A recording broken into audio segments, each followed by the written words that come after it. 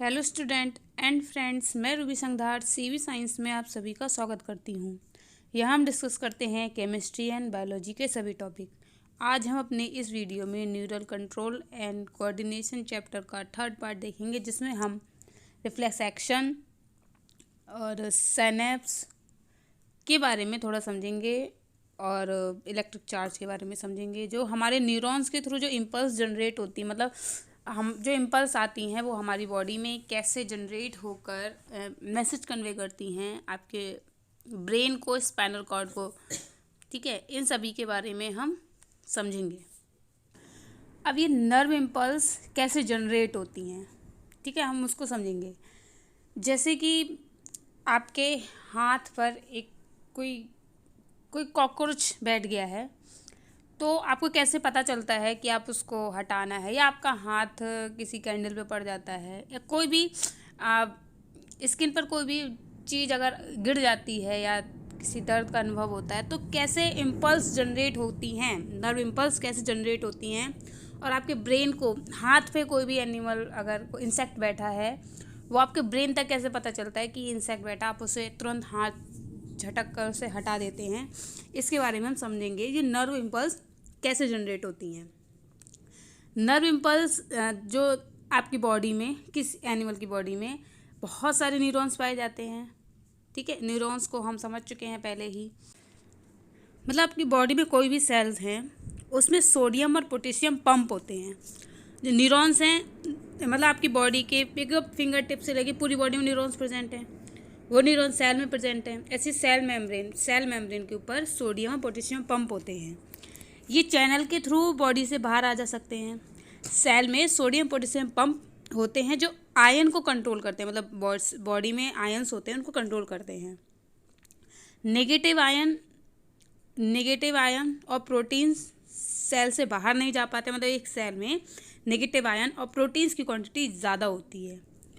और potassium ion बहुत ही ज़्यादा पाए जाने वाला आयन है जो हमारी सेल में प्रेजेंट होता है। ठीक है, ये आपकी जो सेल होती है वो मोस्ट परमेबल होती है पोटेशियम आयन के लिए, सोडियम आयन की तुलना में। मतलब सोडियम आयन सेल के बाहर होते हैं और पोटेशियम आयन सेल के अंदर होते हैं, और कुछ नेगेटिव प्रोटीन्स होती हैं, मतलब सेल के अंदर नेगेटिव पार्ट ज़्यादा होते हैं। ठीक है, और आपकी सेल में कुछ चैनल्स पाए जाते हैं जिनके थ्रू ये सोडियम आयन और पोटेशियम आयन अंदर आते हैं और सेल के बाहर जाते रहते हैं। ठीक है, अब जो चैनल कौन से होते हैं, जैसे हम फर्स्ट चैनल की बात करते हैं, लेग चैनल्स। ये होता है पोटेशियम चैनल होता है जो सोडियम आयन को कम करता है वो अंदर आने के लिए। ठीक है, और वोल्टेज गेट चैनल्स होते हैं जो हमेशा क्लोज रहते हैं। थर्ड, मैकेनिकल गेट चैनल होते हैं जो क्लोज होते हैं और ओपन तभी होते हैं जब मैकेनिकल प्रेशर लगता है। फोर्थ चैनल है लिगेंड गेटेड चैनल, जो कि हमेशा ही क्लोज रहते हैं। ये चैनल का वर्क क्या होता है वो मैं आपको अभी बताती हूँ। ठीक है, जब कोई सेल रेस्टिंग स्टेज में होती है तो वह पोलराइज स्टेज में होती है। मीन्स पोलराइज, बाहर पॉजिटिव आयन की क्वांटिटी ज़्यादा और सेल के अंदर नेगेटिव आयन की क्वांटिटी ज़्यादा होती है। मतलब कोई भी सेल है, न्यूरॉन्स है, मतलब सेल के अंदर न्यूरॉन्स हैं, न्यूरॉन्स के बाहर पॉजिटिव आयन की क्वांटिटी ज़्यादा होती है और अंदर नेगेटिव आयन की क्वांटिटी ज़्यादा होती है। और नेगेटिव आयन अंदर ज़्यादा होने के कारण ये -70 मिली वोल्ट का चार्ज लगाते हैं सेल के अंदर, मतलब एक्सॉन के अंदर। ठीक है, और बाहर पॉजिटिव आयन ज़्यादा होते हैं। पोटेशियम आयन ज़्यादा होते हैं सेल जब रेस्टिंग स्टेज में होती है। जब सेल रेस्टिंग स्टेज में होती है, मतलब सेल आराम से, मतलब कोई भी चीज़ आपके हैंड पर, किसी भी पार्ट पर नहीं है बॉडी के, तो सेल रेस्टिंग स्टेज है, मतलब कोई भी इम्पल्स जनरेट नहीं हो रही है, आपको कोई फीलिंग नहीं हो रही है।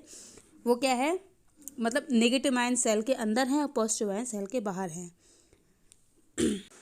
और जैसे ही जब कोई कॉकरोच या कोई भी इंसेक्ट आपकी स्किन पर बैठता है, वैसे ही ये चैनल खुल जाते हैं, सोडियम चैनल खुल जाते हैं। ये जैसे कि आपको फर्स्ट इसमें दिखाया गया है, सोडियम चैनल खुल जाते हैं, मैकेनिकल गेट्स चैनल ओपन हो जाते हैं, जिससे सोडियम आयन सेल के अंदर आने लगते हैं। सोडियम आयन सारे क्या आ रहे हैं, सेल के अंदर आने लगते हैं। सोडियम आयन अंदर आने पर पॉजिटिव आयन बढ़ जाते हैं, ठीक है। और पॉजिटिव आयन बढ़ने के कारण थ्रेशोल्ड बढ़ने लगता है, मतलब जैसे ही पॉजिटिव आयन आएंगे तो थ्रेशोल्ड बढ़ने लगेगा। पॉजिटिव आयन आगे बढ़ते जाते हैं, अंदर आते जाते हैं, और आते ही सोडियम आयन, बहुत सारे पॉजिटिव आयन अंदर आ जाते हैं, ठीक है। पॉजिटिव आयन अंदर आने के बाद बोल्टिंग गेट चैनल खुलने लगते हैं, तो बहुत सारे पॉजिटिव आयन अंदर आ जाते हैं, बहुत ही जल्द बंद हो जाते हैं। जैसे ही पॉजिटिव आयन अंदर आए, सोडियम चैनल अंदर आए हैं और गेट्स तुरंत ही बंद हो जाते हैं। ये स्टेज डीपोलराइज स्टेज कहलाती है, जब पॉजिटिव आयन अंदर आ रहे हैं और नेगेटिव आयन की क्वांटिटी कम होती जा रही है। जैसे पॉजिटिव आयन अंदर आ रहे हैं, नेगेटिव आयन की क्वांटिटी बंद होती जा रही है, इसे डीपोलराइज स्टेज कहते हैं, ठीक है। जैसे कि आप पानी में कोई इंक डालें और इंक पानी में डालते ही वो फैल जाती है, ऐसे ही पॉजिटिव आयन आपके एक्सॉन, ये जो न्यूरॉन है इसके अंदर, ये एक्सॉन का पार्ट दिखाया गया है, एक्सॉन में ऐसे ही फैलते हैं। पॉजिटिव आयन अंदर फैलने के कारण इसे डीपोलराइज स्टेज कहते हैं। जैसे ही पॉजिटिव आयन अंदर आते हैं, आगे बढ़ते जाते हैं, तो पोटेशियम चैनल खुलते हैं। पॉजिटिव आयन अंदर आ रहे हैं तो पोटेशियम चैनल, सोडियम आयन की क्वांटिटी ज़्यादा हो रही है तो पोटेशियम आयन बाहर जाने की सोचते हैं, मतलब बाहर होने जाना है, तो पोटेशियम आयन चैनल खुलते हैं और पोटेशियम आयन बाहर जाने लगते हैं, सेल के बाहर जाने लगते हैं।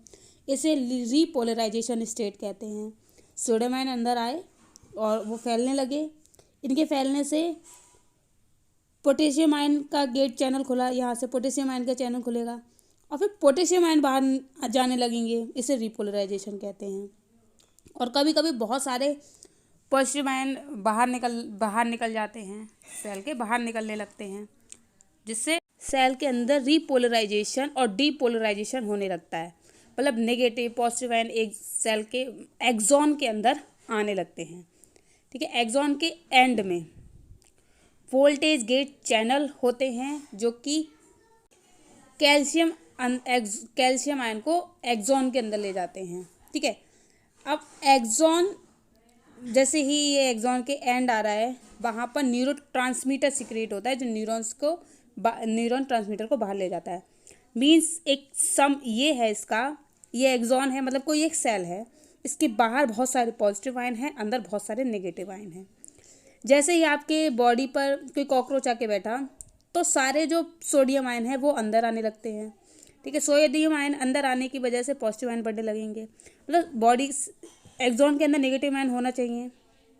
अब जैसे पॉजिटिव आयन आएंगे तो नेगेटिव आयन सोचेंगे कहाँ जाएं, तो नेक्स्ट सेक्शन में पोटेशियम आयन खुलेगा, पोटेशियम आयन खुलने से नेगेटिव आयन बाहर जाएंगे और फिर ये सोडियम आयन अंदर आने के डीपोलराइजेशन कहते हैं और इनके नेगेटिव आयन के बाहर जाने को रीपोलराइजेशन कहते हैं। जब ये बैलेंस हो जाता है तो डी और रीपोलराइजेशन साथ साथ होता है, ठीक है।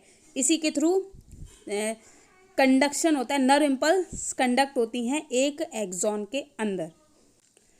अब ये sodium ion, potassium ion, negative और पॉजिटिव आयन आने का मतलब क्या है, मतलब आपके हाथ में जो कॉकरोच आके बैठा है उससे इम्पल्स जनरेट हो रही हैं जो कि आपके ब्रेन तक जा रही हैं या स्पाइनल कॉर्ड तक जा रही हैं, उसके थ्रू आप हाथ झटक के उस कॉकरोच को हटा देते हैं। ये इम्पल्स ऐसे ही वर्क करती हैं। अब इम्पल्स वर्क करने के लिए साइनेप्स होता है। ये एक क्या है, जो इम्पल्स आएंगे, जो ये न्यूरॉन्स का पार्ट है, ये एक न्यूरॉन है, ये न्यूरॉन का डेंड्रॉन वाला पार्ट है, ठीक है। यहाँ पर ये इस तरीके से होते हैं और नीचे दूसरा वाला स्टार्ट हो रहा है न्यूरॉन, और ये न्यूरॉन का ये वाला पार्ट है, लास्ट वाला पार्ट है, एक्सॉन के लास्ट वाला पार्ट है, ये लास्ट वाला पार्ट है, ठीक है।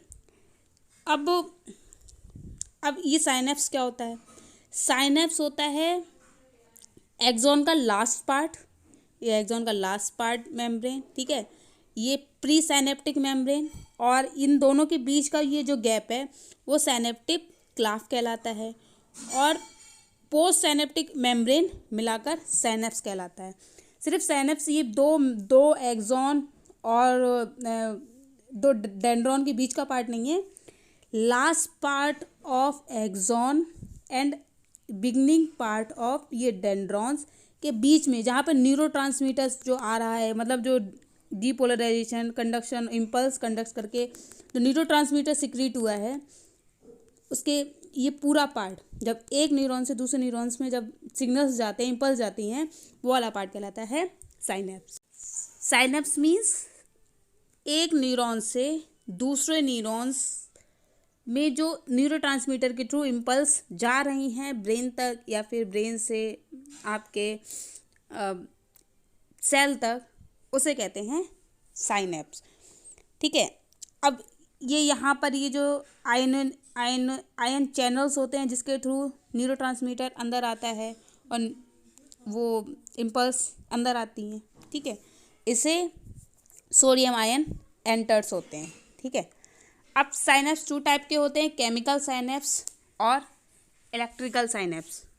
केमिकल साइनेप्स न्यूरोट्रांसमीटर जो आप इसमें देख रहे हैं, इलेक्ट्रिकल साइनेप्स में गैप जंक्शन होते हैं, मतलब न्यूरोट्रांसमीटर सीक्रेट नहीं होता, सिर्फ गैप जंक्शन होते हैं जिसके थ्रू सिग्नल सोडियम आयन के अंदर और बाहर जाने से ट्रांसफ़र होते हैं। अब रिफ्लेक्स एक्शन क्या होता है, याद करिए हमने आपको पहले बताया था कि जो सेंट्रल नर्वस सिस्टम है उसके 2 पार्ट हैं, स्पाइनल कॉर्ड और ब्रेन। स्पाइनल कॉर्ड में ही रिफ्लेक्स एक्शन होता है, जो स्पाइनल कॉर्ड का फंक्शन होता है रिफ्लेक्स एक्शन का फंक्शन होता है। रिफ्लेक्स एक्शन कैसे होता है, मीन्स कोई भी इम्पल्स जनरेट होनी है ब्रेन से या फिर कोई भी इम्पल्स जनरेट हो रही है आप किसी टिश्यू के थ्रू। एक मैंने पार्ट बताया था स्यूडो यूनिपोलर न्यूरॉन्स।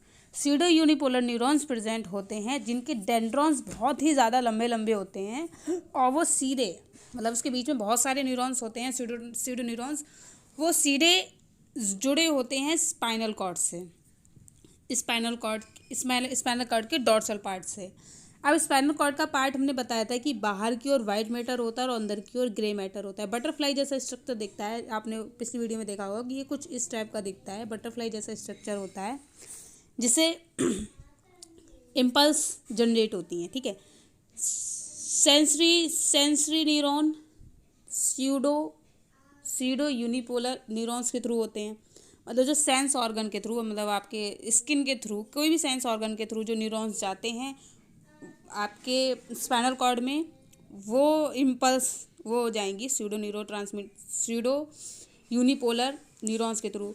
और स्पाइनल कॉर्ड ब्रेन में ज़्यादातर मल्टीपोलर न्यूरॉन्स होते हैं जो मोटर न्यूरॉन्स को बाहर भेजते हैं, मतलब माइंड से जो आप मोटर दी कोई भी अपने हाथ पैर की मसल्स चला पाते हैं वो मल्टीपोलर न्यूरॉन्स के थ्रू चला पाते हैं। ठीक है। अब स्पाइनल नर्व के पास मिक्स नर्व होती हैं, सेंसरी और motor nerves. Spinal nerves 30 pair होती हैं, 31 पेयर्स होती हैं। इसमें 2 व्यू होते हैं, वेंट्रल व्यू और डॉर्सल व्यू। डॉर्सल व्यू से स्यूडो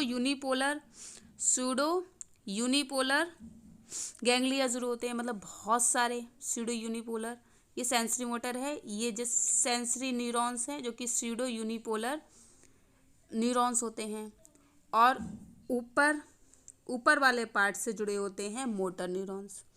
ठीक है। मोटर न्यूरॉन्स जुड़े हैं, जैसे कि इसमें एक एग्जाम्पल दिया हुआ है, जब आपका हाथ किसी गर्म चीज़ पर पड़ता है, ठीक है, जब किसी गर्म चीज़ पर आपका हाथ पड़ जाता है तब तो जो न्यूरॉन्स हैं, ये जो सेंसरी मोटर न्यूरॉन्स हैं, ये वाले न्यूरॉन्स, इनके थ्रू इम्पल्स जनरेट होती हैं। इम्पल्स जनरेट होकर जब स्पाइनल कॉर्ड के थ्रू ही कोई डिसीजन आ जाता है कि आपको हाथ हटाना है, ब्रेन तक सिग्नल ना जाकर सीधे स्पाइनल कॉर्ड ही डिसीजन दे देता है। इसी को रिफ्लेक्स आर्च कहते हैं, रिफ्लेक्स एक्शन कहते हैं। रिफ्लेक्स एक्शन में मतलब ब्रेन तक मैसेज कन्वे नहीं होता है, आप मतलब किसी गर्म चीज़ पर अपना हाथ हटा लेते हैं, तुरंत सेंसरी मोटर के थ्रू वो जाते हैं आपके स्पाइनल कॉर्ड में, फिर स्पाइनल कॉर्ड से न्यूरॉन जाते हैं और वो मोटर न्यूरॉन्स के थ्रू वापस आते हैं आपके फिट सेल्स में, मोटर ऑर्गन्स में, और आप तुरंत उस गर्म चीज़ से अपना हाथ हटा देते हैं। इसे रिफ्लेक्स एक्शन करते हैं, जो सिर्फ आपकी स्पाइनल कॉर्ड के थ्रू ही कंडक्ट होते हैं। आपकी स्पाइनल कॉर्ड रिफ्लेक्स एक्शन का वर्क करती है। रिफ्लेक्स एक्शन क्या है, जब आपका हाथ किसी गर्म चीज़ पर पड़ता है तो सेंसरी न्यूरॉन्स, मतलब स्यूडो यूनिपोलर न्यूरॉन्स, बहुत सारे, इन्हें गैंग्लिया, मतलब जब बहुत सारे न्यूरॉन्स आपस जुड़े तो गैंग्लिया बोलते हैं। बहुत सारे न्यूरॉन्स के थ्रू जब स्पाइनल कॉर्ड में जाता है, स्पाइनल कॉर्ड के डॉर्सल पार्ट से, और फिर वह स्पाइनल कॉर्ड से ही न्यूरॉन जब आपके मोटर न्यूरॉन्स के थ्रू जाते हैं, मोटर न्यूरॉन्स पर आते हैं, मोटर न्यूरॉन्स के थ्रू आपके आपके हाथ में आता है, आप हाथ तुरंत अपना हटा लेते हैं, इसी को रिफ्लेक्स एक्शन कहते हैं। ये सारा वर्क होता है स्पाइनल कॉर्ड के थ्रू। जब स्पाइनल कॉर्ड कोई डिसीजन, मतलब स्पाइनल कॉर्ड के थ्रू ही डिसीजन होता है, उसे रिफ्लेक्स एक्शन कहते हैं। ये स्पाइनल कॉर्ड का वर्क है। Thank you for watching my video.